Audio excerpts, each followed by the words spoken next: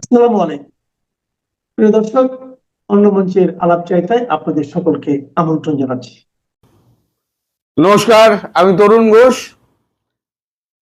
বঙ্গযোগ নিয়ে খুব গোলমাল লেগেছে এখন। ঢাকায় নেমে মানে বাংলাদেশে নেমে আমাদের নতুন হাই কমিশনার দীনেশ ত্রিবেদী তিনি কাব্যিক ঢঙে এক আকাশ একই বাতাস একই নিঃশ্বাস বিশ্বাস কি সমস্ত উনি বলেছিলেন, সেটা আমরা কাব্যিক ঢঙে ধরেছিলাম। যেটা আমি নিজেই বলেছিলাম, উনি এখানে কাঁচা বল খেলে দিয়েছেন আর জামাত ছক্কা মেরে দিয়েছে।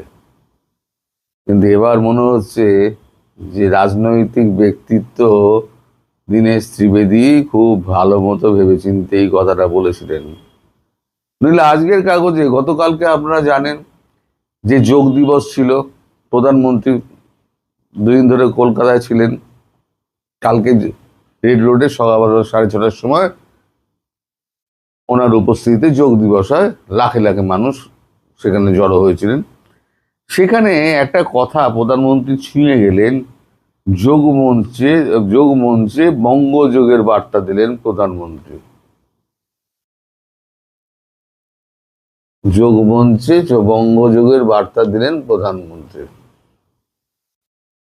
তিনি খুব সুচতুর ভাবে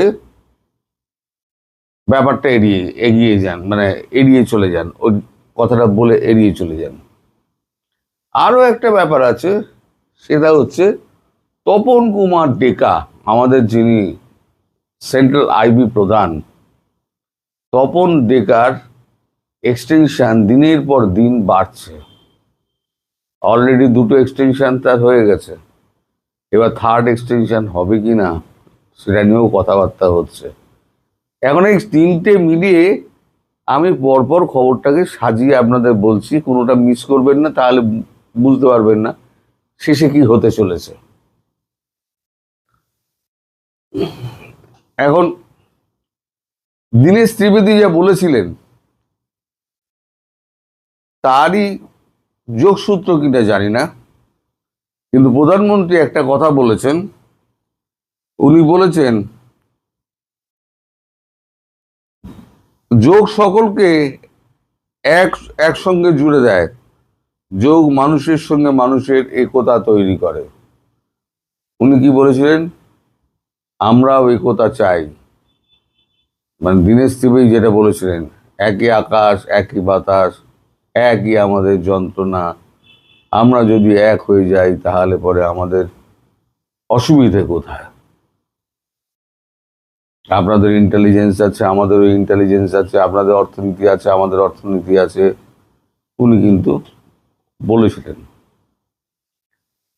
এদিকে আবার সুরাবর্দী অ্যাভিনিউ, তাকে জোড়া নিয়ে তার নাম পরিবর্তন নিয়ে একটা হইচই লেগেছে। 1946 সালে দ্য গ্রেট ক্যালকাটা কিলিং যেটা হয়, সেটা তো হোসেন সুরাবর্দীর আমলেই হয়েছিল। তিনি তখন মুখ্যমন্ত্রী ছিলেন পশ্চিমবঙ্গের, অবিভক্ত পশ্চিমবঙ্গের। স্বাধীনতা পূর্ববর্তী যখন হয় তখন উনি মুখ্যমন্ত্রী ছিলেন। সেই সময়তে 1946 সালে সুরাবর্দী, হোসেন সুরাবর্দী, তিনি এই গ্রেট ক্যালকাটার মানে প্ল্যানটা ছকেছিলেন, যেটাতে বেশ কয়েক হাজার হিন্দু মারা যায়। মুসলিমও মারা যাননি তার নয়।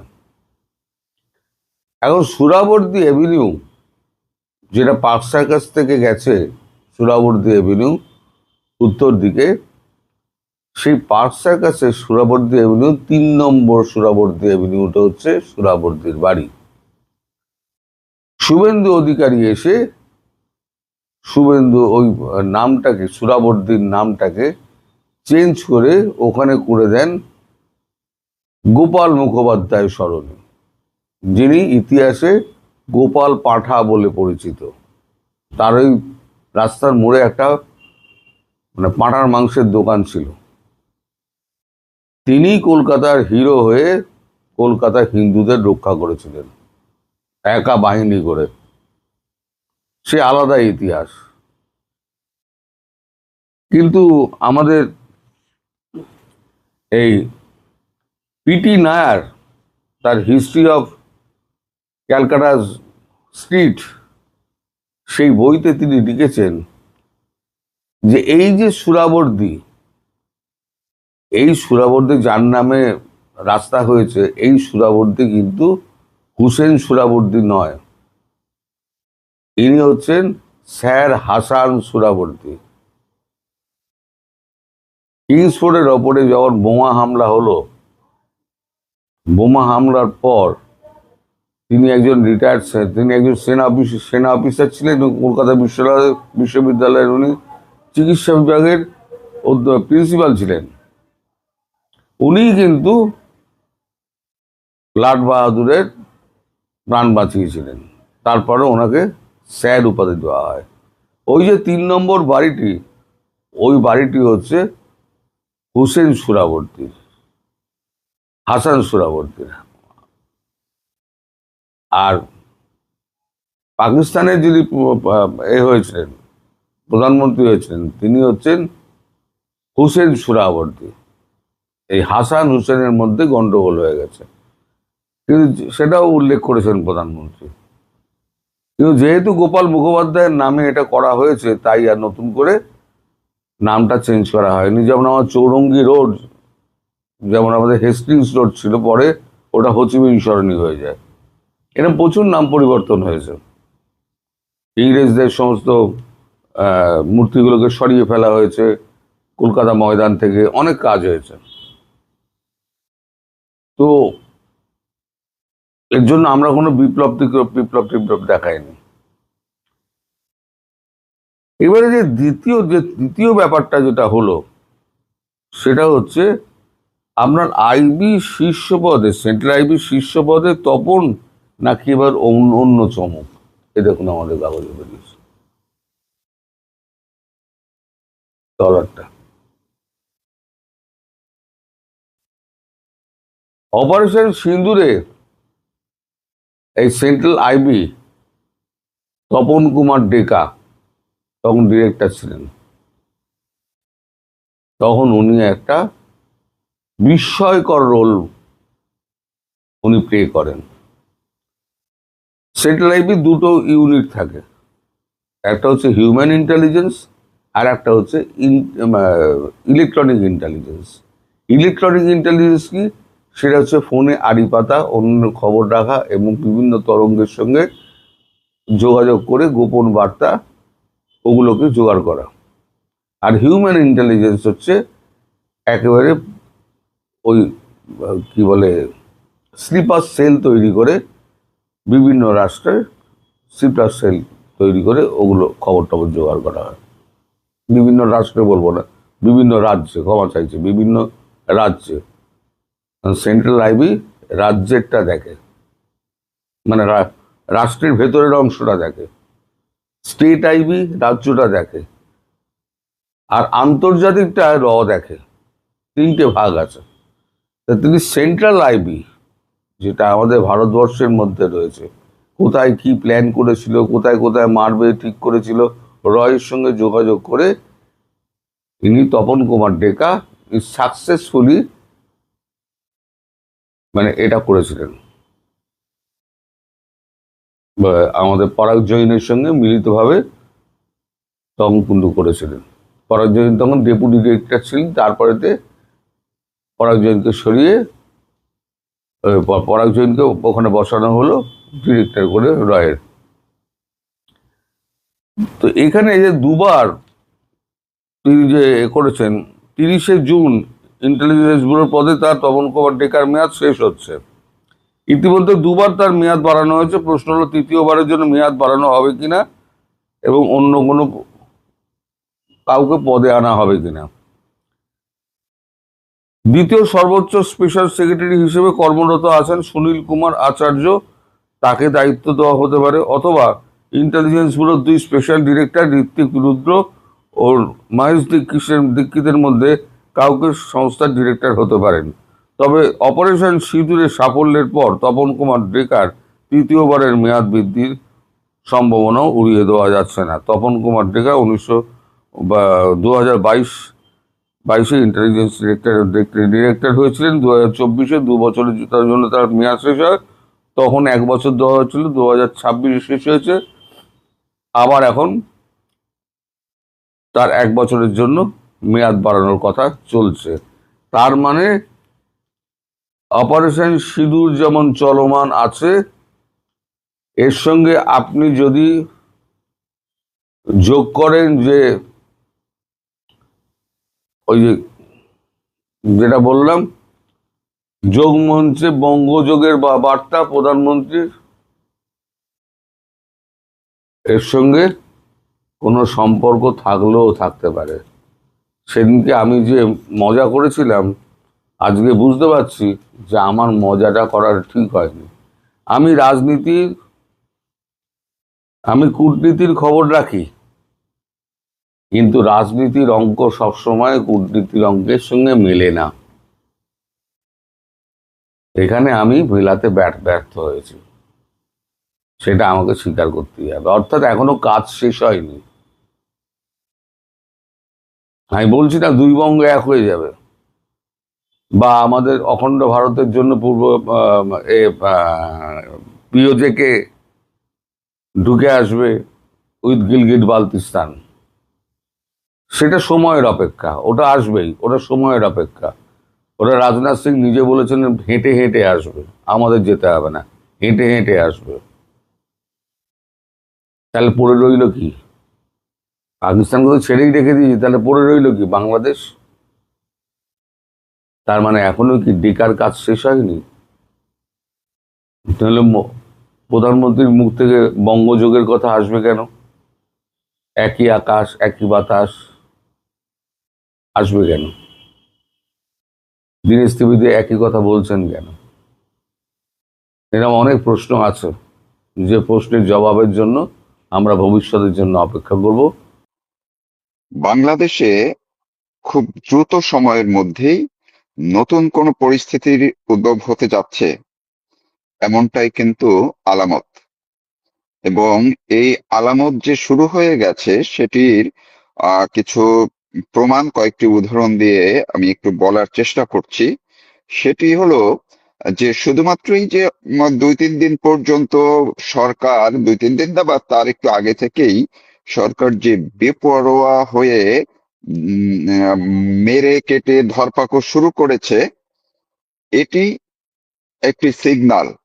কিন্তু কি সিগন্যাল সরকারে পৌঁছে গেছে বা কোনো জায়গা থেকে পৌঁছে দেওয়ানো হয়েছে, কারণ সরকার এরকম এক ধরনের, ওই যে আমরা বলি না পাগলা কুকুরের মতো হয়ে যাওয়া, সেরকমটা কিন্তু হয়ে গেছে। আপনারা যারা মনে করছেন যে এটি সাধারণ ধরপাকড় বা আগামীকাল যেহেতু বাংলাদেশ আওয়ামী লীগের প্রতিষ্ঠা বার্ষিকী, এই প্রতিষ্ঠা বার্ষিকীতে যাতে ব্যাপক গ্যাদারিং না হতে পারে সেইটার জন্যই এক ধরনের ধরপাকড় বা একটু নিয়ন্ত্রণে রাখার জন্য, মোটেই নয়। কারণ আপনারা যারা গণমাধ্যমের সঙ্গে থাকেন বা ফলো করেন, তারা দেখবেন গতকালকেই কিন্তু বাংলাদেশের এই যে মার্কিন ডিপ স্টেটের লোকাল এজেন্ট যারা আছেন, প্রকাশ্যে অন্তত পক্ষে সেই রকম একটি কোর গ্রুপের একটা অংশ, তারা গতকালকে একটি প্রোগ্রাম করেছে যেখানে বদিউল আলম মজুমদার সহ আরো কয়েকজন সেখানে ছিলেন। তারা সেইখানে কিন্তু বেশ, তাদের চেহারাগুলো দেখবেন, আমি ভিডিও দেখাতে পারলে আপনাদের জন্য হয়তো সুবিধা হতো, কিন্তু আপনারা সার্চ করলেই পেয়ে যাবেন। প্রত্যেকের চেহারা দেখবেন, তারা যেন তাকাতে পারছিলেন না ক্যামেরার দিকে। তাদের মুখ এতটাই গোমরা, এতটাই তারা বিমর্ষ অবস্থায়, এবং সেখান থেকে তারা বলেছেন দেশ অচিরেই আরেকটি সাংবিধানিক শূন্যতায় পড়তে যাচ্ছে। তারা যখন বলছে আরেকটি সাংবিধানিক শূন্যতায় পড়তে যাচ্ছে, তার মানে তারা কোনো ইঙ্গিত পেয়ে গেছে। নয়তো এই ডিপ স্টেটের এই মানুষগুলো এরকম করে আসলে তাদের কোনো বহিঃপ্রকাশ সহসা ঘটান না।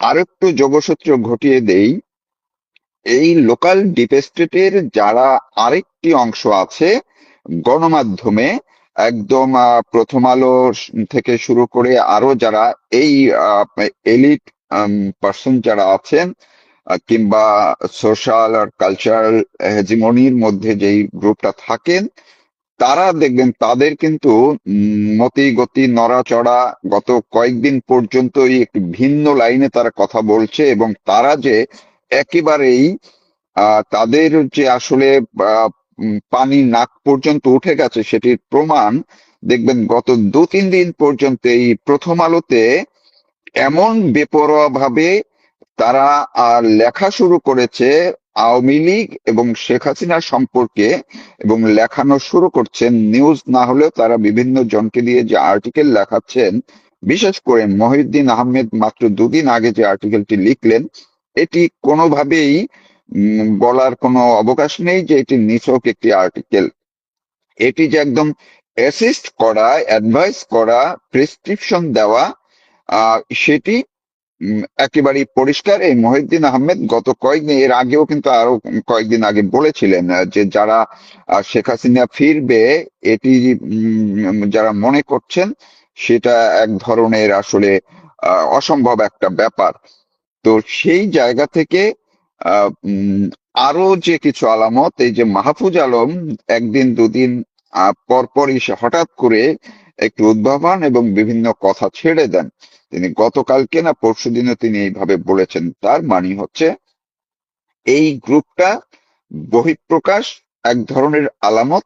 অন্যদিকে প্রশাসনের ভিতরে, বিশেষ করে তারেক রহমান যখন বিদেশে যাওয়ার প্রোগ্রাম হলো, এর পূর্বক্ষণেই তার সরকারের কাছে এমন কোনো মেসেজ পৌঁছে গেছে যেখানে আলোচনা হয়েছিল তারেক রহমান কি চীন যাওয়া বাতিল করবেন কিনা, কিন্তু শেষ পর্যন্ত তার যে অন্য লোকজন তারা তাকে নাকি, আমি নাকি শব্দটা কিন্তু বলেছি, আপনারা খেয়াল করবেন, কারণ আমার যে সোর্স সেটা সরকারের বা তারেক রহমানেরই অ্যাডভাইজার গ্রুপের একজন বা একটা কিছু সেরকম পর্যায়ে আছেন। তারা তারেক রহমানকে বিবেচনা করার জন্য অনুরোধ জানিয়েছিলেন যে 23 জুন আওয়ামী লীগের প্রতিষ্ঠাবার্ষিকী, এবং সেই সময় ঘিরেই শেখ হাসিনা দেশে ফেরার মতো একটা পরিস্থিতি যদি উদ্ভব হয়ে যায়, সেটি কিন্তু একটা বিপজ্জনক হয়ে পড়তে পারে। সেই ক্ষেত্রে মার্কিন যুক্তরাষ্ট্রের যে অ্যাম্বাসেডর, তার যে দৌড়ঝাঁপ, তার কিছু কথাবার্তা, সবকিছুই তারা লিঙ্ক করে তারেক রহমানের সামনে উপস্থাপন করেছিলেন। তারেক রহমানও তার এজেন্সির মাধ্যমে বিভিন্নভাবে খোঁজ খবর নিয়েছিলেন, কিন্তু তিনি কোন অবস্থাতেই চীনের সফরটি মিস করতে চাননি। তিনি এক পর্যায়ে এমনও নাকি বলেছেন যা হয় হবে। তো এই যে পরিস্থিতির মধ্যে সরকার যে মেসেজটি পেয়েছে, সেটিকে প্রশাসন আসলে খুব যে ভালোভাবে নিয়েছে তা কিন্তু নয়। আপনারা একটা জিনিস খেয়াল করবেন, পুলিশ আওয়ামী লীগের নেতাকর্মীদের বিরুদ্ধে ব্যাপক, নজিরবিহীন বলা যায়। আপনারা আওয়ামী লীগের সময়ে যে বিএনপির বিরুদ্ধে যে অভিযানগুলো, সেই অভিযানগুলোর ধরনটা খেয়াল করবেন। প্রয়োজনে ভিডিও সংবাদপত্র ঘেটে দেখবেন, তারা যে অভিযান চালাতো সেটি আর এখন, এই গত 4-5 দিনের কথা আমি বলছি, আওয়ামী লীগের নেতা কর্মীদের বাড়ি ঘরে রাতে দিনে যখন তখন যেভাবে অভিযান করছে, সেটা কিন্তু অন্যরকম একটা সিগন্যাল দিচ্ছে। এই জায়গায় আবার সেনাবাহিনী কিন্তু হঠাৎ করে অফ হয়ে গেছে। সেনাবাহিনী গত কিছুদিন পর্যন্ত তারা আওয়ামী লীগের বিরুদ্ধে কোন রকম তৎপরতায় যাচ্ছে না। আমরা এর আগে দেখেছিলাম আওয়ামী লীগ মাঠে নামলে সেনাবাহিনীও সেখানে কিছু লাঠি পেটা করেছে, কোথাও কোথাও গোপালগঞ্জের কথা তো আপনাদের জানাই আছে। কিন্তু সেনাবাহিনী কিন্তু এখন আওয়ামী লীগের বিরুদ্ধে অন্তত পক্ষে প্রকাশ্যে অফ আছে, প্রকাশ্যে কোনো অভিযান, কোনো তৎপরতায় সেনাবাহিনী যাচ্ছে না। ফলে পুলিশকেই বিএনপি ব্যবহার করছে একেবারেই বেপরোয়া ভাবে। সেইটার কারণটি হচ্ছে, এই একমাত্র পুলিশই এখন সরকারের সবচেয়ে বেশি নিয়ন্ত্রণে রাখা যাচ্ছে, বাকি অন্য যে অর্গানগুলো আছে তারা অতটা সহায়তার জায়গা তারেক রহমান সরকারকে দিতে চায় না।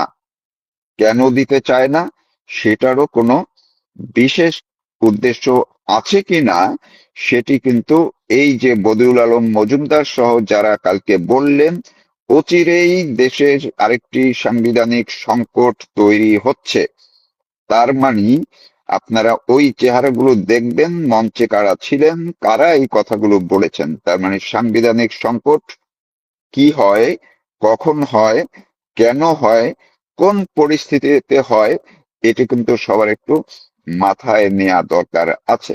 কিন্তু এই যে আগামীকাল আওয়ামী লীগের প্রতিষ্ঠা বার্ষিকী ঘিরে গত রাত্রেও সারা দেশ জুড়ে যেইভাবে ধরপাকড় হয়েছে, প্রতিটা জেলায় প্রতিটা এলাকায় আওয়ামী লীগের আহ মোটামুটি সক্রিয় পর্যায়ের কিংবা যারা একটু উপরের লেভেলের বা মাঝারি লেভেলের নেতারা আছে তাদের কেও ধরার জন্য ব্যাপকভাবে একদম পাগল হয়ে অভিযান বা অপারেশন শুরু করেছে। আজকেও হয়তো চলবে। আপনারা দেখেছেন মাত্র একদিন গতকালকেই বরিশালে একজন আওয়ামী লীগ নেতা, তিনি কিন্তু পালানো নাই, এই 2005 থেকে 2024-এর 5ই আগস্ট থেকে পরশুদিন পর্যন্ত তিনি বাড়িতেই ছিলেন, তিনি কিন্তু পালান নাই। তাকে হঠাৎ করে পুলিশ ধরতে গিয়ে তাকে ধাওয়ার মুখে সে পড়ে গিয়ে মারা যান।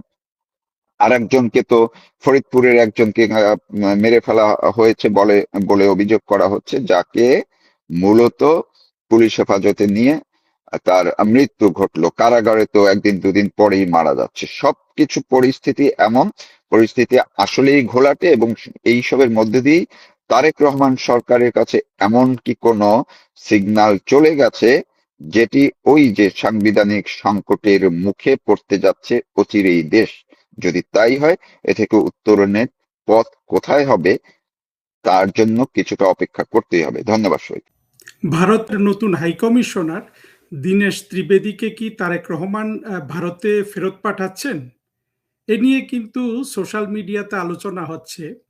কেউ কেউ অলরেডি ইউটিউবে এই ধরনের একটা খবর তুলেছেন এবং এক ধরনের চাঞ্চল্য সৃষ্টি করেছেন, এবং কেউ কেউ অ্যাক্রিডিটেশন দেয়া হচ্ছে না দীনেশ ত্রিবেদীকে, এটা নিয়েও অনেক কথা বলেছেন।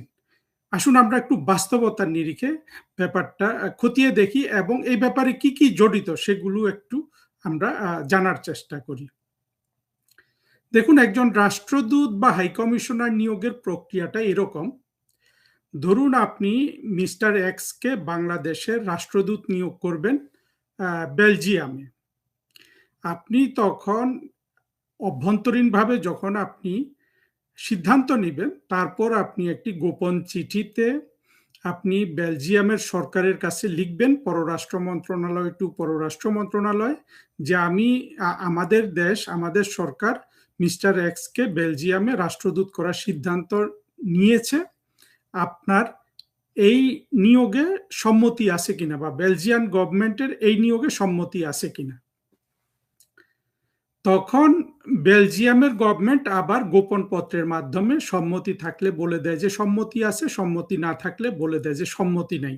সাধারণত 99% ক্ষেত্রে বর্তমান পৃথিবীতে সম্মতি দেয়া হয়। এই সম্মতি চাওয়া এবং পাওয়াটাকে, সম্মতি চাওয়াটাকে সোজা বাংলায় আমাদের দেশে বলা হয় এগ্রিমো চাওয়া হয়েছে, এগ্রিমো সিক করা হয়েছে। অর্থাৎ যেই দেশে রাষ্ট্রদূত নিয়োগ করা হবে তাদের সম্মতি চাওয়া হয়েছে। আর ওই গোপন চিঠির উত্তর হ্যাঁ পেলে বলা হয় যে এগ্রিমো পাওয়া গেছে।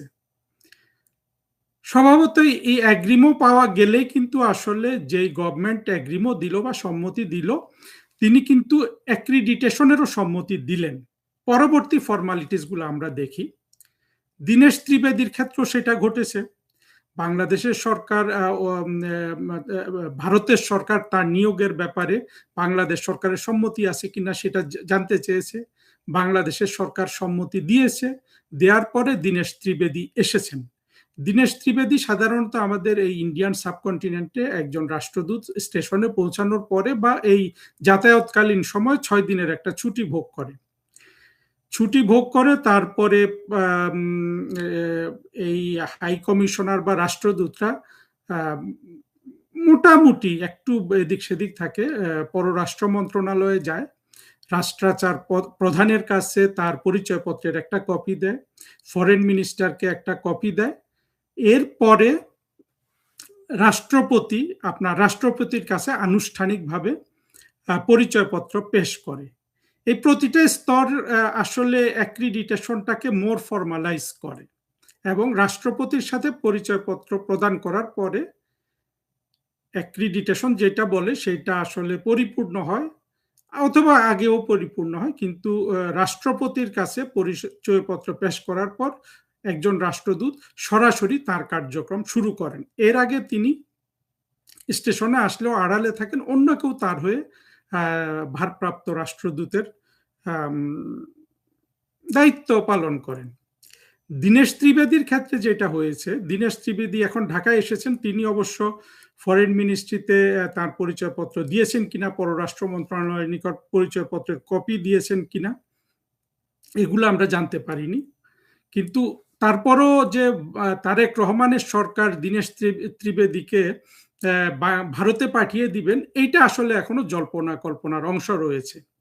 আমি আজকে যেটা দেখলাম যে আমাদের বর্তমানে ইউনূসের নিয়োগকৃত যে হাই কমিশনার রয়েছে নয়াদিল্লিতে, তিনি রিয়াজ হামিদুল্লাহ, তিনি ভারতে পৌঁছার পরে 1.5 মাস পরে ভারতের রাষ্ট্রপতির কাছে পরিচয়পত্র প্রদান করেছেন। সাধারণত অনেক দেশ এগুলো একটু এইরকম ফলো করার চেষ্টা করে, বিশেষ করে আপনার এগ্রিমো দেওয়ার ক্ষেত্রে, অর্থাৎ প্রাথমিক গোপনীয় চিঠির উত্তর দেওয়ার ক্ষেত্রে। মনে করেন বাংলাদেশ আর বেলজিয়ামের মধ্যে, বাংলাদেশ যদি বেলজিয়ামের রাষ্ট্রদূতের প্রথম অনুমোদন অর্থাৎ এগ্রিমো সিক করলে 3 মাস সময় লাগায়, বেলজিয়ামও হয়তো ওই উত্তর দেওয়ার জন্য 3 মাস সময় লাগাতে পারে। এইটা সাধারণত করে থাকে, এই ধরনের প্রতিশোধমূলক কার্যক্রম করে দরিদ্র দেশগুলা, অথবা যারা নিজেদেরকে খুব অহংকারী মনে করে, ছোটখাটো বিষয়ে রাগ করে, মূলত মানসিক দারিদ্র্য বা যে কোনো ধরনের দারিদ্র্য থেকে, এখানে আর কিন্তু কোনো বিষয় নাই। আবার কোনো দেশ অনেক কিছু চেক করে একজন রাষ্ট্রদূতের, তারা সময় নেই। মূলত এখানে রিসিপ্রোসিটির বিষয়টা আসে, বিভিন্ন সরকার এটা পালনের চেষ্টা করে, আর উদার সরকারগুলো এগুলো দেখে না কত মাস লাগলো টাগলো, তারা আসলে এটার উপর কার্যক্রম করে উত্তর দিয়ে দেয়। তো দীনেশ ত্রিবেদী এখন বাংলাদেশ তো ইউনূসের আমল থেকে তারেক রহমানও দেখা যাচ্ছে যে ভারতের সাথে চোখে চোখ রাখার চেষ্টা করছে। সুতরাং তারেক রহমান যদি সর্বোচ্চ ওই রিসিপ্রোসিটিও পালন করে, তাহলে দীনেশ ত্রিবেদীকে আশা করা যাচ্ছে যে 1.5 মাসের মাথায় রাষ্ট্রপতির কাছে পরিচয়পত্র পেশের সুযোগ দিবে, যদি তারা চোখে চোখ রাখা বলে যেটা বোঝাচ্ছে সেগুলো তারা পালন করে, অথবা আগে দিবে। কিন্তু এই অবস্থায় এই বিষয়টাকে দীনেশ ত্রিবেদীকে অ্যাক্রিডিটেশন দিচ্ছে না, তাকে ভারতে ফেরত পাঠিয়ে দিবে, এগুলো আসলে জল্পনা কল্পনার অংশ ছাড়া আপাতত কিছু মনে হচ্ছে না। আর যদি সত্যি সত্যি দীনেশ ত্রিবেদীকে তারেক রহমান ভারতে পাঠিয়ে দেয় এই অবস্থায় বর্তমানে, এটা তো যুদ্ধ ঘোষণার সামিল হবে। তারেক রহমান কি যুদ্ধ ঘোষণা করবে? সেটা করবে না। তবে তারেক রহমান যেটা সিগন্যাল দিচ্ছেন সেটা হলো যে ভারত বাংলাদেশ সুসম্পর্কের ক্ষেত্রে ছোট ছোট কাঁটা বিছানোর কাজ করছে তারেক রহমানের সরকার। আমরা জাহেদকে করতে দেখলাম, সর্বশেষ আমরা হুমায়ুন কবিরকে করতে দেখলাম। তারেক রহমান, প্রধানমন্ত্রী তারেক রহমানের পররাষ্ট্র বিষয়ক উপদেষ্টা, এই জিনিসগুলো তাদের বক্তৃতা বিবৃতিতে করছে, এবং হুমায়ুন কবিরের বিষয়টা নিয়ে আমি আলাদা করব। তবে এটা নিয়ে যে ধরনের জল্পনা হচ্ছে সেগুলো আসলে সত্য নয়। আমার মনে হয় সর্বোচ্চ তারেক রহমান ওই যে চোখে চোখ রাখা হিসাবে 1.5 মাস অপেক্ষা করতে পারেন, বা তার আগে রাষ্ট্রপতি দীনেশ ত্রিবেদী সাহেবের পরিচয়পত্র গ্রহণ করবেন। বাংলাদেশ কি আরো এক বড়সড় রাজনৈতিক বিস্ফোরণের মুখে দাঁড়িয়ে? আগামী 23শে জুন আওয়ামী লীগের 77তম প্রতিষ্ঠা বার্ষিকী, আর এই দিনটিকে ঘিরেই এখন ঢাকার রাজনৈতিক মহলে টান টান উত্তেজনা। আওয়ামী লীগ এখন কাগজে কলমে নিষিদ্ধ, অথচ সেই আওয়ামী লীগকে ঘিরেই সরকারের ঘুম হারাম। যে পুলিশ প্রশাসন দলটিকে দমনের জন্য জিরো টলারেন্স নীতি নিয়েছে, সেই পুলিশের সামনেই প্রকাশ্যে মহাসড়কে দাঁড়িয়ে হুমকি দিচ্ছে যুবলীগ। দেওয়ালে পিঠ থেকে যাওয়া আওয়ামী লীগ কি তবে গোপনে বড় কোনো ধাক্কা দেওয়ার প্রস্তুতি নিচ্ছে? কেন সরকার এতটা আওয়ামী লীগ আতঙ্কে ভুগছে? ঘটনাটি বুঝতে হলে আমাদের একটু পেছনে তাকাতে হবে। 1949 সালে জন্ম নেওয়া এই ঐতিহাসিক দলটি 15.5 বছর বাংলাদেশ শাসন করার পর 2024 সালের 5 অগাস্ট এক ষড়যন্ত্রের মুখে ক্ষমতা হারায়। এরপর 2025 সালের 12 মে আসে সেই বড় ধাক্কা। অন্তর্বর্তী সরকার সন্ত্রাস বিরোধী আইনে আওয়ামী লীগের সব কার্যক্রম নিষিদ্ধ করে প্রজ্ঞাপন জারি করে। পরবর্তীতে বিএনপি ক্ষমতায় আসার পর সংসদেও সেই নিষেধাজ্ঞার যে আইন, সেই আইনটি পাশ হয়। 1949 সালের পর দলটির ইতিহাসে এটি তৃতীয়বারের মতো নিষিদ্ধ হওয়ার ঘটনা। 1971 সালে আমাদের মহান স্বাধীনতা যুদ্ধকালেও আওয়ামী লীগ নিষিদ্ধ ছিল এবং সেই নিষিদ্ধ থাকা অবস্থায় স্বাধীন বাংলাদেশ উপহার দিয়েছিল আওয়ামী লীগ। ইতিহাস আমাদের বারবার স্মরণ করিয়ে দেয় আওয়ামী লীগকে মাঠ থেকে পুরোপুরি মুছে ফেলা সহজ নয়। এবারও নিষিদ্ধ হওয়ার পর দলের 77তম প্রতিষ্ঠা বার্ষিকীকে কেন্দ্র করে সামাজিক যোগাযোগ মাধ্যমে তারা সপ্তাহব্যাপী কর্মসূচি ঘোষণা করেছে। ফেসবুক পেজে ঘোষিত এই কর্মসূচির মধ্যে রয়েছে ধানমন্ডি 32 নম্বরের ক্ষতিগ্রস্ত বঙ্গবন্ধু ভবন এবং বনানী কবরস্থানে 15 আগস্ট ও 3 নভেম্বরের শহীদদের প্রতি শ্রদ্ধা নিবেদন। এছাড়া টুঙ্গিপাড়ায় শেখ মুজিবুর রহমানের সমাধিতে শ্রদ্ধা এবং দেশ জুড়ে মসজিদ ও অন্যান্য উপাসনালয়ে বিশেষ প্রার্থনার পাশাপাশি গরিবদের মাঝে খাবার বিতরণের পরিকল্পনা রয়েছে তাদের। এই কর্মসূচি ঘোষণার পর থেকেই নড়ে চড়ে বসেছে বর্তমান বিএনপি সরকার। সরকারের অবস্থান অত্যন্ত পরিষ্কার, নিষিদ্ধ কোনো দলকে প্রকাশ্যে কোনো কর্মসূচি করতে দেওয়া হবে না। স্বরাষ্ট্রমন্ত্রী সালাউদ্দিন আহমেদ সরাসরি আওয়ামী লীগকে মাফিয়া দল আখ্যা দিয়ে কঠোর ব্যবস্থা নেওয়ার ঘোষণা দিয়েছেন। সরকারের আশঙ্কা 23 জুনকে টার্গেট করে নিষিদ্ধ আওয়ামী লীগ বেশ বড় ধরনের বিশৃঙ্খলা ও অস্থিরতা সৃষ্টি করতে পারে। আমরা গত 2 বছরে আওয়ামী লীগের পক্ষ থেকে কোনো অস্থিরতা সৃষ্টি দেখিনি, মিছিল করতে দেখেছি। ইতিমধ্যে দেশের বিভিন্ন এলাকায় আওয়ামী লীগ নেতাকর্মীদের ওপর ব্যাপক দরপাকড় শুরু করেছে সরকার। এমনকি সব জেলা পুলিশ কর্মকর্তাদের কাছে একটি গোপন চিঠি পাঠানো হয়েছে। সে চিঠির ব্যাপারে আমরা কদিন আগেই আলাপ করেছি, যেখানে সম্ভাব্য সব ধরনের মিছিল মিটিং রুখে দিতে সর্বাত্মক প্রস্তুত থাকার নির্দেশ দেওয়া হয়েছে। এখন প্রশ্ন হচ্ছে, আওয়ামী লীগের শীর্ষ নেতারা যেখানে কারাগারে বা দেশের বাইরে, সেখানে এই সাহস তারা পাচ্ছে কোথায়? নির্ভরযোগ্য তথ্য বলছে আওয়ামী লীগ এখনই সরকারের বিরুদ্ধে কোনো বড় আন্দোলনে যেতে চায় না। তাদের মূল লক্ষ্য এখন সংগঠন গোছানো, বিশেষ করে ঢাকার পার্শ্ববর্তী এলাকা যেমন গাজীপুর, নারায়ণগঞ্জ, সাভারে চলছে তাদের সাংগঠনিক তৎপরতা। সবচেয়ে চমকপ্রদ তথ্য হলো সাবেক প্রধানমন্ত্রী এবং আওয়ামী লীগ প্রধান শেখ হাসিনা, যিনি ভারতে অবস্থান করছেন, তিনি নিজেই মোবাইল ফোনে এবং ভার্চুয়াল মাধ্যমে এই কার্যক্রমের তদারকি করছেন। 23 জুন থেকে তিনি বিভিন্ন সহযোগী সংগঠনের আলোচনা সভাতেও ভার্চুয়ালি যোগ দেবেন বলে জানা গেছে। এমনকি দলের নেতারা দাবি করছেন শেখ হাসিনা নিজেই দেশে ফিরে আইনি লড়াই ও বিচারের মুখোমুখি হতে চান। আর এই খবর ছড়িয়ে পড়ার পর থেকেই দলের কর্মীদের মাঝে নতুন করে উদ্দীপনা দেখা যাচ্ছে। তবে এখানে একটি অত্যন্ত গুরুত্বপূর্ণ মনস্তাত্ত্বিক বিষয় রয়েছে, যা এড়িয়ে যাওয়া যাবে না। সরকার পুলিশকে নির্দেশ দিলেই কি পুলিশ আগের মতো ঝাঁপিয়ে পড়বে? মনে রাখতে হবে 2024 সালের ষড়যন্ত্র কালে ফ্রন্ট লাইনে থাকা পুলিশ বাহিনী চরম ভিকটিম হয়েছিল। শত শত পুলিশ কর্মকর্তা নিহত, আহত এবং পরবর্তীতে হামলা মামলার শিকার হয়েছেন। সেই দগদগে ক্ষত কিন্তু পুলিশ বাহিনী এখনো বয়ে বেড়াচ্ছে। এরই একটা উদাহরণ দেখা গেল গতকাল রোববার গাজীপুরে। যুবলীগের একটি মিছিল থেকে যখন পুলিশকে পিটুনির হুমকি দেওয়া হচ্ছিল, তখন মহাসড়কে পুলিশকে ঠায় দাঁড়িয়ে থাকতে দেখা গেছে। তারা কোনো প্রতিরোধ করেনি। মিছিল থেকে স্লোগান আসছিল, কেউ সামনে আসবি না। এই ঘটনাটি কি সিগন্যাল দেয়? দেয়ালে পিঠ থেকে যাওয়া একটা পক্ষ যখন মরিয়া হয়ে ওঠে, তখন পুলিশও আর নিজের জীবন বাজি রেখে রাজনৈতিক দ্বন্দ্বে জড়াতে চাইবে না, এবং সেটাই ঘটছে। এবার আসি মূল নাগরিক ডাইমেনশনে। দেশের মানুষের মনে এখন বড় প্রশ্ন, বর্তমান সরকারের সমস্ত মাথা ব্যথা কি শুধু আওয়ামী লীগকে নিয়েই? সাধারণ জনগণের চোখে গত 2 বছরে দেশের আইন শৃঙ্খলার চরম অবনতি ঘটেছে। রাজধানী ঢাকার মোহাম্মদপুর থেকে শুরু করে চট্টগ্রামের জঙ্গল সলিমপুর পর্যন্ত অপরাধীদের অভয়ারণ্যে পরিণত হয়েছে, এবং কেউ কেউ বলছেন আজ সারা বাংলাদেশ জঙ্গল সলিমপুর কিংবা রাজধানী ঢাকার মোহাম্মদপুর হয়ে উঠেছে। এমনকি ঢাকার রাস্তায় নিষিদ্ধ জঙ্গি সংগঠনের মিছিল অহরহ দেখা যাচ্ছে, অথচ সেখানে সরকারের কোনো কড়া পদক্ষেপ নেই। ইউনূস সরকারের আমলে জেল থেকে ছেড়ে দেওয়া জঙ্গিদের ধরপাকড় নিয়েও প্রশাসনের তেমন কোনো মাথা ব্যথা দেখা যাচ্ছে না। স্বভাবতই প্রশ্ন উঠছে, দেশের শান্তি বজায় রাখার চেয়েও একটি রাজনৈতিক দলকে দমন করাই কি এখন সরকারের সবচেয়ে বড় এজেন্ডা? আওয়ামী লীগের সমর্থকরাও এদেশের নাগরিক। রাজনীতিতে দমন পীড়ন দিয়ে কোনো গণতান্ত্রিক দলকে চিরতরে স্তব্ধ করা যায় না। আজ বিএনপি মনে করছে তারাই এই দেশের নাগরিক, তারাই রাজনৈতিক দল, তারাই রাজনীতি করবে, রাজনীতির নামে অপরাজনীতি করবে।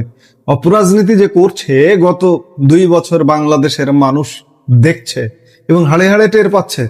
কাজেই বিএনপি যদি মনে করে যে আওয়ামী লীগের লোকজন এদেশে থাকতে পারবে না, আওয়ামী লীগের লোকজন এদেশে রাজনীতি করতে পারবে না, তাহলে বিএনপি আসলে কাঠের চশমা পরে একটা ভুলের রাজনীতিতে বসবাস করছে। এর পরিণতি ভয়াবহ পরিণতি, এবং এর মাসুল দিতে হবে কিন্তু। কাজেই বর্তমান সরকারের জন্য এটি একটি বড় পরীক্ষা।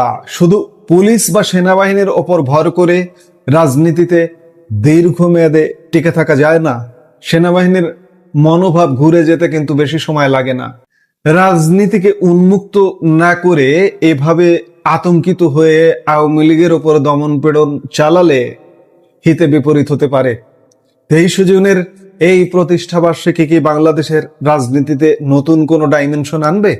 আওয়ামী লীগের এই তৎপরতা কি সফল হবে, নাকি সরকারের লোহার হাতুড়ির নিচে পিষ্ট হবে তারা?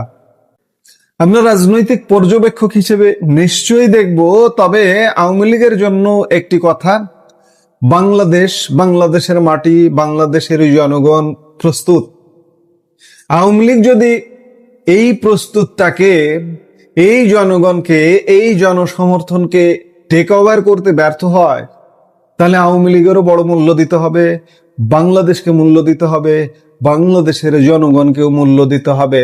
অন্যদিকে বিএনপি আতঙ্কিত হয়ে এই যে হিতাহিত জ্ঞান শূন্য আচরণ করছে, এর জন্য বিএনপিকেও মূল্য দিতে হবে। আমরা আলাপটা শুরু করেছিলাম যে ইউনূসের ধারাবাহিকতায় বিএনপি সরকারও আওয়ামী লীগ আতঙ্কে আতঙ্কিত।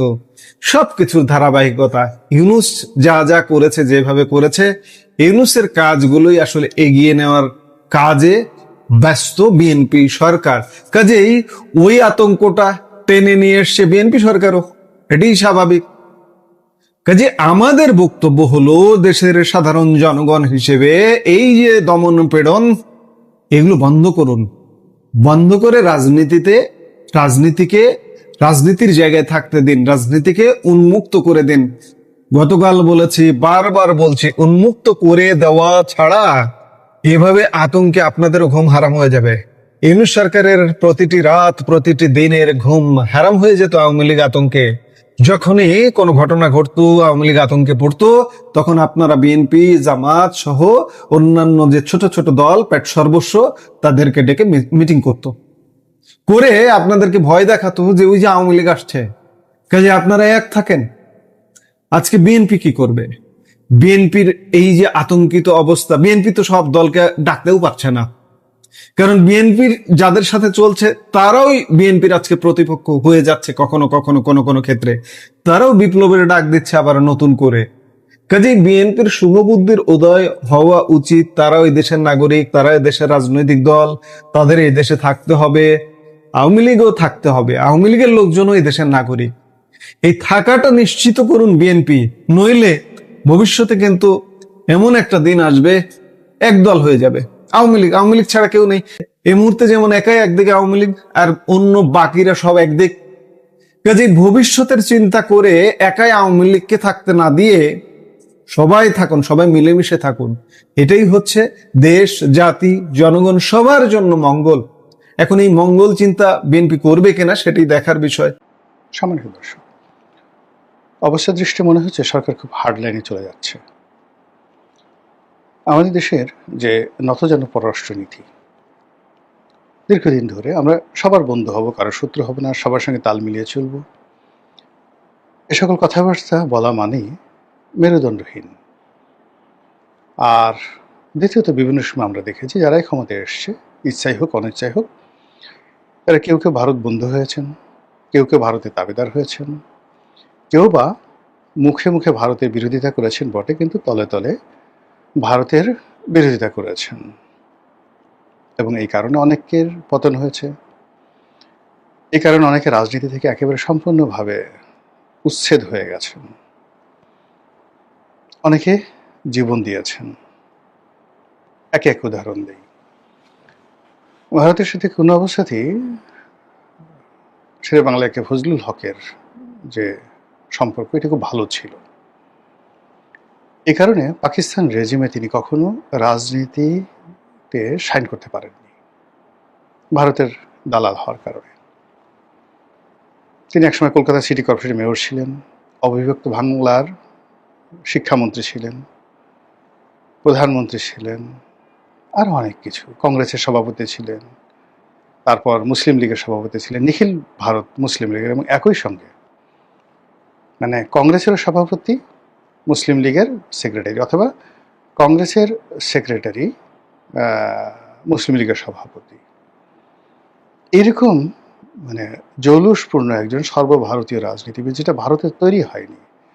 আপনি কল্পনা করতে পারেন যে এখন যদি নরেন্দ্র মোদী তিনি হন বিজেপির সভাপতি এবং কংগ্রেসের সাধারণ সম্পাদক, কিংবা বাংলাদেশে ধরুন ওবায়দুল কাদের, তিনি যদি আওয়ামী লীগের সেক্রেটারি হন, একই সঙ্গে বিএনপির সভাপতি হন, বা তারেক রহমান সাহেব এখন বিএনপির সভাপতি, আওয়ামী লীগের সেক্রেটারি, এরকম যদি ঘটনা হয় আপনি কেমন মনে করবেন? ঠিক সেম ঘটনাটা সর্বভারতীয় রাজনীতিতে শেরে বাংলা একে ফজলুল হকের সঙ্গে ঘটেছিল, এবং তার পলিটিক্যাল সেক্রেটারি বা প্রাইভেট সেক্রেটারি ছিলেন পণ্ডিত জওহরলাল নেহেরু। আর জওহরলাল নেহেরুর আগে জওহরলাল নেহেরুর বাবা মতিলাল নেহেরু কিন্তু তার প্রাইভেট সেক্রেটারি ছিলেন। সো এইরকম একটা লোক কেবলমাত্র ভারতের সাথে সম্পর্ক হওয়ার কারণে পাকিস্তান রাষ্ট্রে নিগৃহীত হয়েছেন, অপমানিত হয়েছেন, লাঞ্ছিত হয়েছেন। কিন্তু তারপর আবার পাকিস্তান যখনই বিপদে পড়েছে, সেটা 1954 হোক, 57-এ হোক, 58-এ হোক, বারবার এই বৃদ্ধ লোকটির কাছে তারা গিয়েছে, কিন্তু পাকিস্তান জমানায় তাকে দাঁড়াতে দেওয়া হয়নি। একইভাবে আমেরিকা প্রীতি থাকার কারণে পাকিস্তানেও নিগৃহীত হয়েছেন, আর ভারতে মারাত্মকভাবে নিগৃহীত হয়েছেন হোসেন শহীদ সোহরাওয়ার্দী। কাজে দিল্লি, পিন্ডি এবং আমেরিকার ওয়াশিংটন, এই ক্ষেত্রে আপনার যদি কোনো একটা ট্যাগ লাগে, তাহলে সেই আপনি 47 থেকে এখন পর্যন্ত রাজনীতির যত ইতিহাস দেখেন, যাদেরই এই ট্যাগ লেগেছে তারা সেখান থেকে বেরোতে পারেনি। সেইভাবে আওয়ামী লীগ, বিএনপি, এ দুটো রাজনৈতিক দলেরই ট্যাগ রয়েছে, এবং সেই অতীতের যে ট্যাগ, সেই ট্যাগের বাইরে তারা যেতে পারবেন না, চেষ্টা করলেও তারা যেতে পারবেন না। শেখ হাসিনা চেষ্টা করেছিলেন ভারত থেকে একটু চীনের দিকে ঝুঁকে যাওয়ার জন্য, প্রাণান্ত চেষ্টা করেছিলেন, বঙ্গবন্ধু যেভাবে প্রাণান্ত চেষ্টা করেছিলেন আমেরিকার দিকে ঝোঁকার জন্য, পারেননি, জীবন দিতে হয়েছে, আমেরিকা তাকে বিশ্বাস করেনি। তারপর জিয়াউর রহমান সাহেব প্রাণান্ত চেষ্টা করেছিলেন ভারতের সঙ্গে সুসম্পর্ক স্থাপন করার জন্য, পারেননি, প্রাণ দিতে হয়েছে।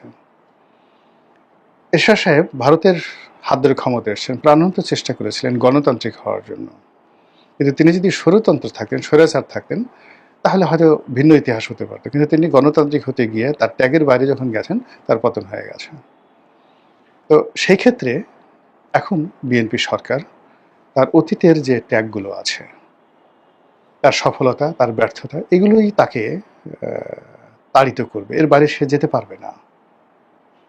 অর্থাৎ জিয়াউর রহমান সাহেব যে কাজগুলো করেছেন, বেগম জিয়া যে কাজগুলো করেছেন, যে কয়বার তারা সরকার পরিচালনা করেছেন, তখন তাদের যে লিগেসিগুলো ছিল, মানে যেগুলো সফলতা ছিল, এবার এসে তারাও ঠিক সেম সফলতাগুলো করতে পারবেন। এটা হলো নর্মাল ফেনোমেনা। আর দ্বিতীয়ত হলো যে ওই আগের আমলে তারা যে অপরাধগুলো করেছেন, অন্যায়গুলো করেছেন, ভুলগুলো করেছেন, ভ্রান্তিগুলো করেছেন, এগুলো তাদেরকে এবারও তারা সেই কাজগুলো করবে।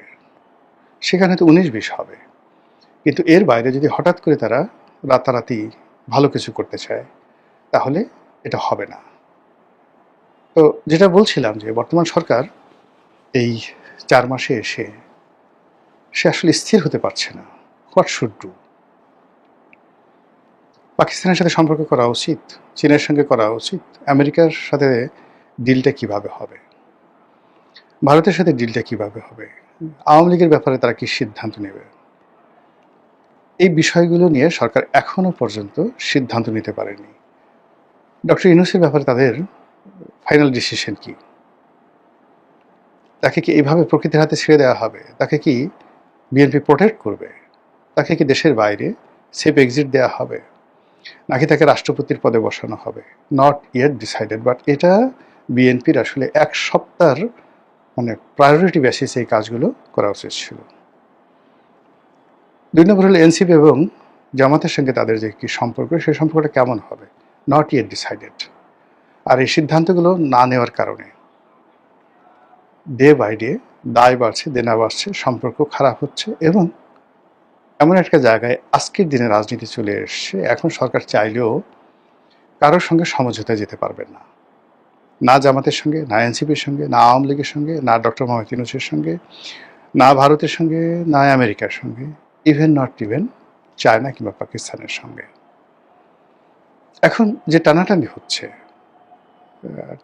হচ্ছে সেই টানাটানির মোহটা চলে যাবে।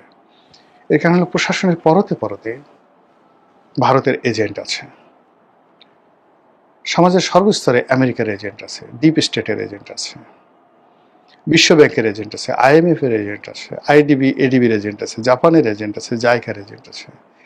এত গুরুত্বপূর্ণ জায়গাতে বসে বসে তারা এমনভাবে কান পড়া দেবে, সেই কান পড়ায় মন্ত্রী, এমপি, পার্লামেন্ট, প্রধানমন্ত্রী, তার কিচেন ক্যাবিনেট, এমনকি প্রধানমন্ত্রীর ব্যক্তিগত পরিবারের যারা লোকজন আছে তারাও বিভ্রান্ত হয়ে যাবেন।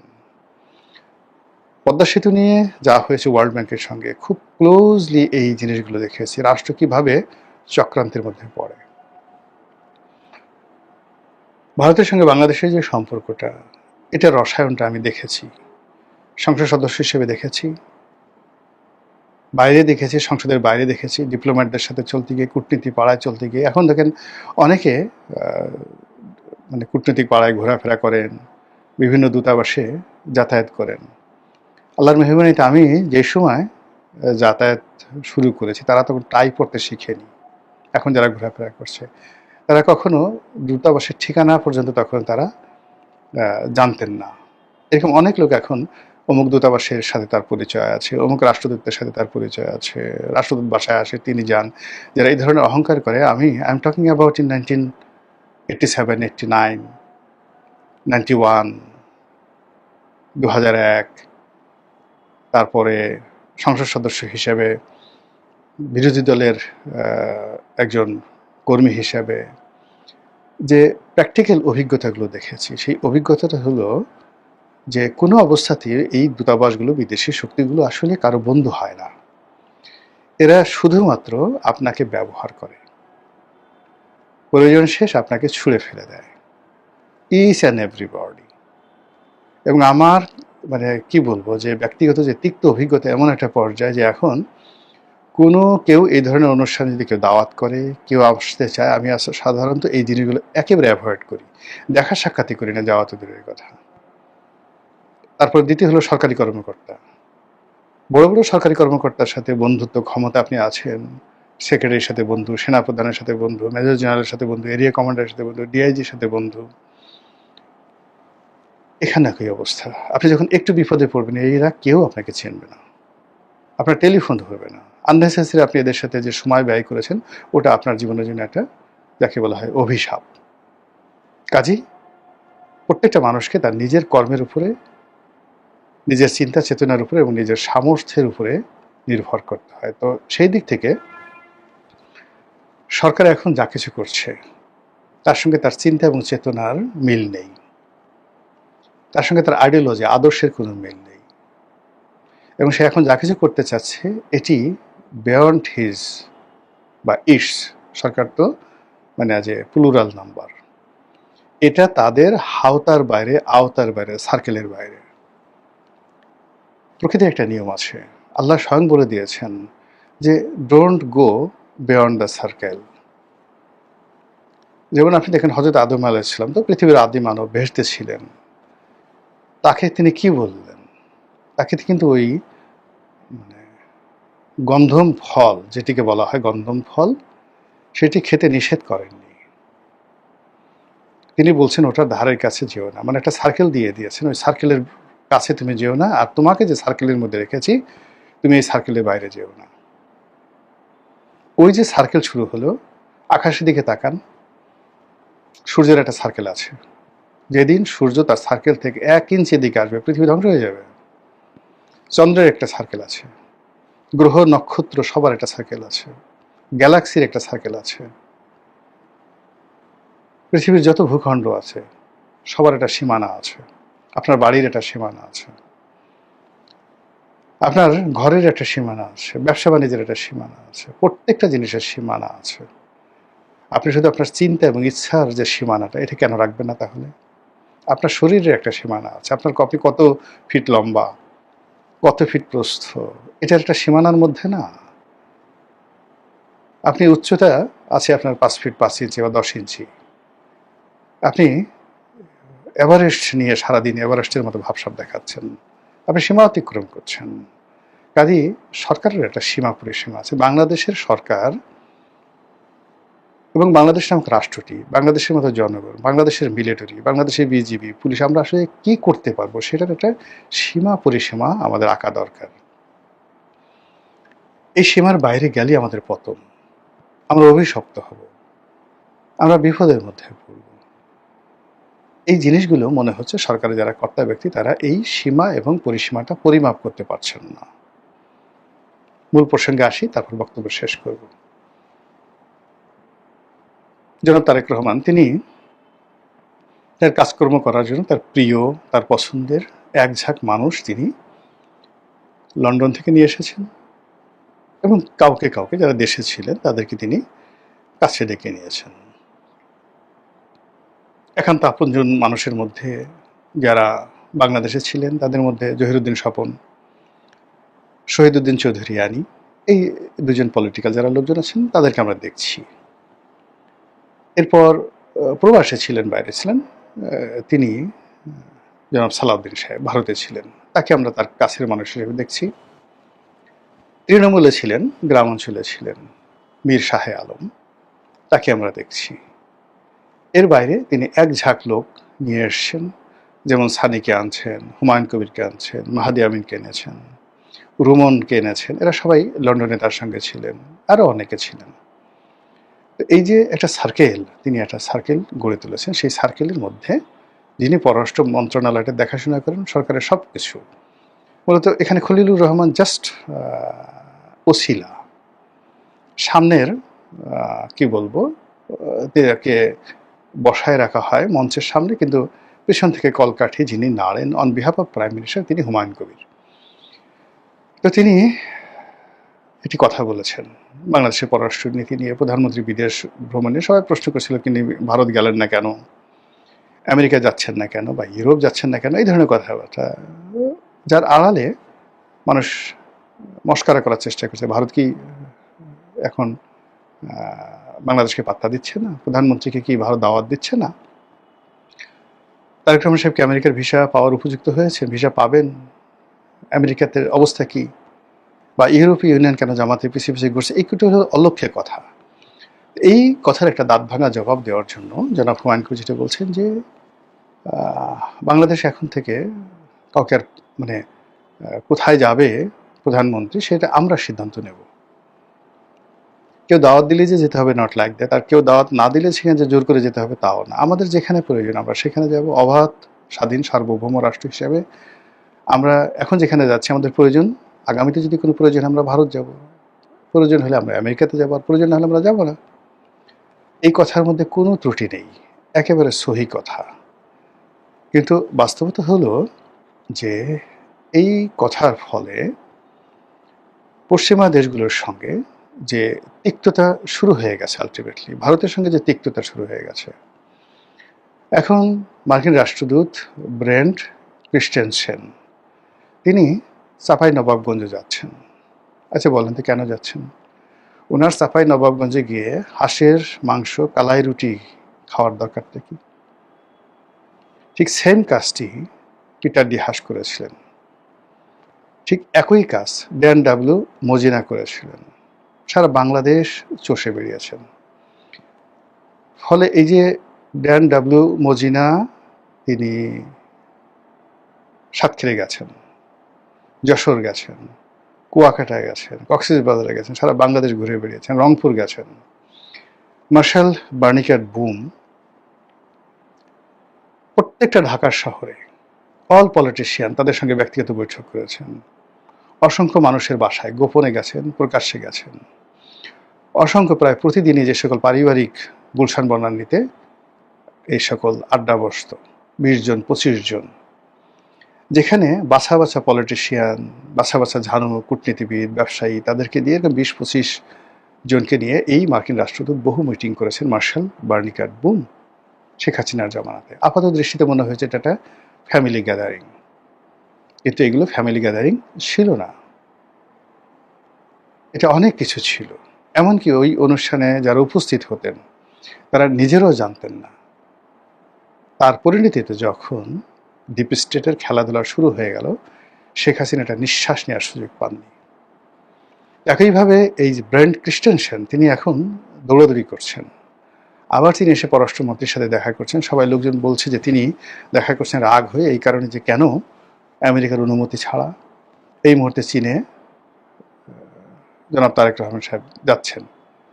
কিন্তু সেই কথা না বলে, মানে ঠাট্টা কাকে বলে, তিনি বলছেন যে আমি পররাষ্ট্রমন্ত্রীর কাছে এসেছি বাংলাদেশের লোকজন যেন বিশ্বকাপে আমেরিকাকে সাপোর্ট করে, এবং আমেরিকা যে জিতবে এই জিতার ব্যাপার ইচ্ছা করলে বাংলাদেশের যারা জনগণ তারা বাজি ধরতে পারে, এবং বাজি ধরলে তারা বাজিতে হারবে না। আচ্ছা বলেন তো, এর চাইতে ঠাট্টা, মস্কারা, ফাজলামো, মানে নতুন দুলাভাই তার শ্যালিকার সাথে এই ধরনের ফাজলামো করে না আমাদের এই সমাজে, মানে এই ধরনের মস্কারা। পররাষ্ট্রমন্ত্রী খলিলুর রহমানের সাথে ব্রেন্ট ক্রিস্টেনসেন দেখা করেছেন, আর খলিল সাহেব জনগণকে বলবেন যে উনি আমাদের সাথে দেখা করেছেন, এখন থেকে আপনারা ব্রাজিলকে বাদ দিয়ে আর্জেন্টিনাকে বাদ দিয়ে, ইটালিকে বাদ দিয়ে, ফ্রান্সকে, এমবাপ্পেকে বাদ দিয়ে আপনারা আমেরিকার দলকে সাপোর্ট করেন। এটার জন্য ক্রিস্টেনসেন এসেছেন। আপনি বলেন তো, আপনাকে যদি 1 মণ গাঁজা খাওয়ানো হয়, গাঁজার রসের মধ্যে একটা পুকুর তৈরি করা হলো গাঁজার নির্যাস দিয়ে, এই পুকুরে আপনি সারাদিন গোসল করলেন, তারপরে একটা গাঁজার বিছানায় আপনি শুয়ে রইলেন, বিছানা, গাঁজার বিছানা, বালিশ গাঁজা, তোষক গাঁজা, সবকিছু গাঁজা, কোলবালিশ গাঁজা, আর যে লেপ গাঁজাতে তৈরি, তারপরে আপনার কাছে এই ধরনের একটি গল্প বলা হলো, আপনি কি বিশ্বাস করবেন? মস্কার আর এমন একটা জায়গাতে আমেরিকা নিয়ে আসছে। ভারতের কলকাতাতে যে সকল কথাবার্তা হচ্ছে, নরেন্দ্র মোদী স্বয়ং বারবার কলকাতা সাপোর্ট করতেছেন। আপনি ইউনূসের জমানা থেকে বারবার ভারতের যে নিরাপত্তা উপদেষ্টা অজিত দোভাল কলকাতাতে অফিস করছেন নিয়মিত, আর এখন নিয়মিত নরেন্দ্র মোদী আসছেন, অমিত শাহ আসছেন। ভারতের সেনাপ্রধান বারবার ইস্টার্ন রিজনে তাদের যে পূর্বাঞ্চলীয় কমান্ড, সেই পূর্বাঞ্চল কমান্ডে কেন বারবার আসাম আসছেন, কেন বারবার ত্রিপুরা আসছেন, কেন বারবার শিলিগুড়িতে আসছেন?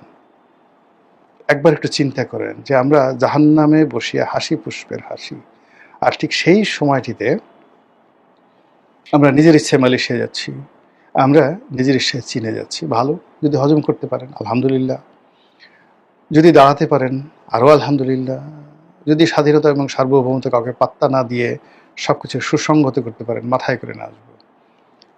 কিন্তু সীমার বাইরে গিয়ে কোনো একটা কাজ করতে গিয়ে যদি আমাদের সবাইকে বিপদে ফেলেন, তাহলে সেটার দায় দায়িত্ব কে নেবে? মহান আল্লাহ আমাদের সবাইকে হেদায়েত দান করুন, হেফাজত করুন। আসসালামু আলাইকুম ওয়া রাহমাতুল্লাহি ওয়া বারাকাতুহু।